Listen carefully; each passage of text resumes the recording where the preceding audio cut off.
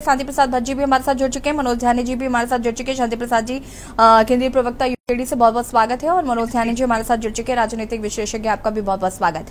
संगीता जी क्या कुछ कहना चाहती? जातिगत जनगणना की मांग जो है वो तेजी से कांग्रेस द्वारा उठाई जा रही है, साथ ही साथ विपक्षी दल लगातार इसको लेकर मांग कर रहे हैं। बिहार के बाद से उत्तर प्रदेश में भी हमने देखा जातिगत जनगणना की मांग विपक्ष बहुत तेजी से कर रहा है। अब उत्तराखंड में हम ये देख रहे हैं कि विपक्षी दल इसको लेकर लगातार मांग कर रहे हैं। तो क्या जातिगत जनगणना जो है एक बड़ा एजेंडा, एक बड़ा हथियार लोकसभा चुनाव में विपक्ष के पास होने वाला है?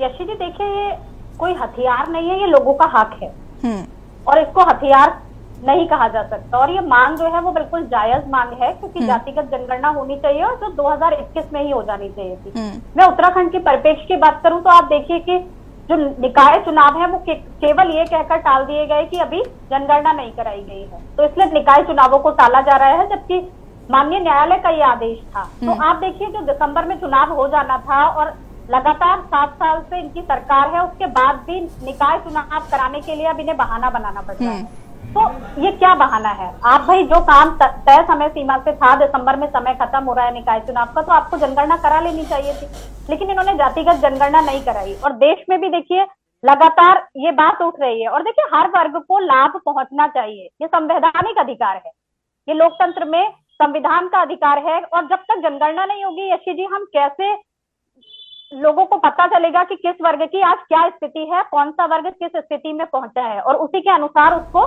लाभान्वित किया जा सके, उसको आगे बढ़ाया जा सके, एक बराबर वो पहुंच सके लोगों के। तो जातिगत जनगणना एक जरूरी काम है और बीजेपी इससे भागने का लगातार काम कर रही है। बल्कि माननीय हमारे प्रधानमंत्री जी खुद ओबीसी खुद को कहते हैं और इसीलिए ओबीसी समाज के पक्षधर होते हुए उन्होंने बात की और आज प्रधानमंत्री बने, उसके बाद कहा मैं ओबीसी हूँ। लेकिन आज क्या हो गया?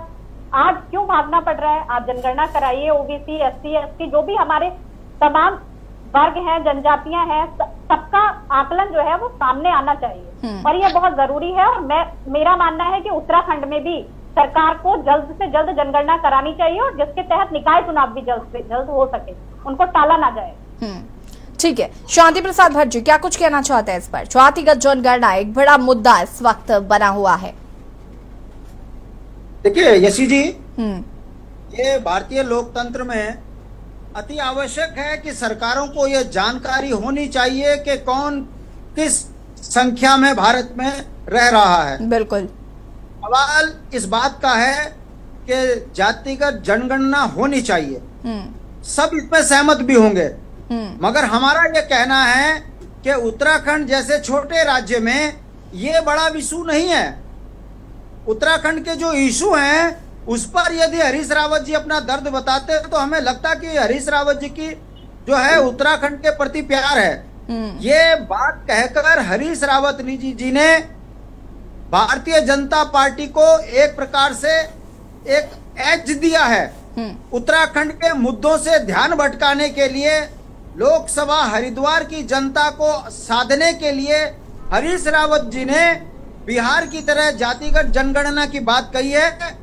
उत्तराखंड क्रांति दल के नेता होने के नाते हमारा ये कहना है कि उत्तराखंड के जो ज्वलंत मुद्दे हैं, भू कानून, राजधानी, बेरोजगारी, संपत्ति का लुटना, परिसंपत्तियों का बंटवारा सही ना होना, इस विषय पर जो सवाल आम जनमानस के मन मस्तिष्क में है उससे ध्यान भटकाने के लिए, भारतीय जनता पार्टी को फायदा पहुंचाने के लिए हरीश रावत जी ने एक ऐसा इशू उठा दिया है कि अब इसमें पक्ष और विपक्ष के लोग अपने अपने तर्क रखेंगे, जनता का ध्यान भटकेगा कि एकता विहार में बैठे बेरोजगार जो पिछले अपने 5 सालों से अपने भविष्य के लिए संघर्ष कर रहे हैं, उनको नौकरियां नहीं मिल रही है। जैसे उत्तराखंड के अंदर गरीब किसानों की संपत्तियों को जिस तरीके से बेचा जा रहा है इन्वेस्टर सीमेंट के नाम पर, इससे ध्यान जनता का भटकेगा। और उत्तराखंड के जो भौगोलिक परिस्थितियां हैं इसके विपरीत जिस तरीके से काम हो रहा है, जनता का ध्यान भटकाने के लिए हरीश रावत जी ने भारतीय जनता पार्टी को फायदा पहुंचाने के लिए यह सवाल खड़ा किया है। और इसका परिणाम देखिए